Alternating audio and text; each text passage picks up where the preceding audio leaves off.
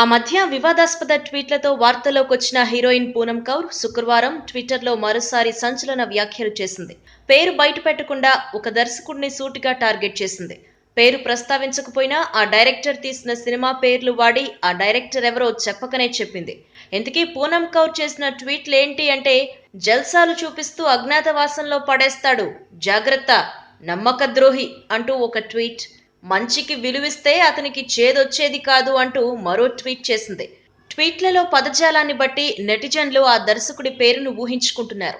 అయితే కొంతమంది నెటిజన్లు ఆ దర్శకుడి పేరు బయట పెట్టమని అడగ్గా దానికి మాత్రం పూనం నుంచి సమాధానం లేదు. పెద్దగా హిట్లు లేని ఒక ఎన్ఆర్ఐ హీరోయిన్ కు ఆ దర్శకుడు బాసటగా ఉన్నాడు అని కూడా పూనం వ్యాఖ్యానించింది. పవర్ స్టార్ పవన్ కళ్యాణ్ సిఫారసుతో పూనం ఆంధ్ర రాష్ట్ర చేనేత వస్త్రాల బ్రాండ్ అంబాసిడర్ గా కూడా ఉంది.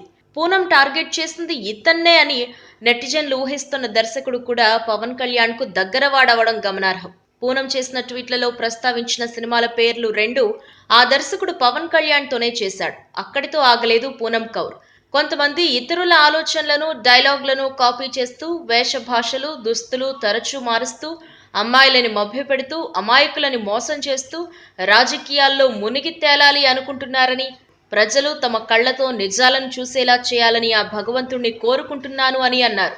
జనసేన అధినేత పవన్ కళ్యాణ్ ఉత్తరాంధ్రలో తన రాజకీయ యాత్రలో ఉండగా పూనం కౌర్ ఈ ట్వీట్లు చేయటం అనేక రాజకీయ అనుమానాలకు తావిస్తోంది. ఈ వీడియో మీకు నచ్చినట్టయితే లైక్ చేయండి, షేర్ చేయండి. మరిన్ని ఇంట్రెస్టింగ్ వీడియోస్ చూడడానికి మా ఛానల్ కు తప్పక సబ్స్క్రైబ్ అవ్వండి.